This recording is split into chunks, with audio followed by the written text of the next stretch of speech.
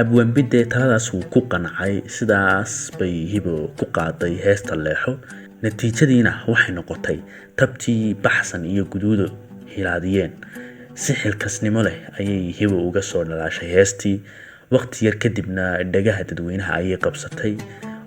oo dalabkeeda ayaa kala go'i waayay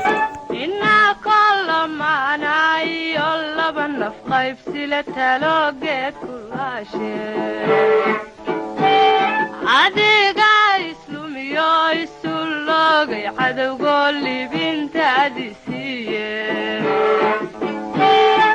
وعدي قنسليتي لا حدو كسيدتي حد بلان حسكنيه وعدي قنسليتي لا حدو كسيدتي حد بلان حسكنيه waxaa la oran karaa Hibo heesta leexo way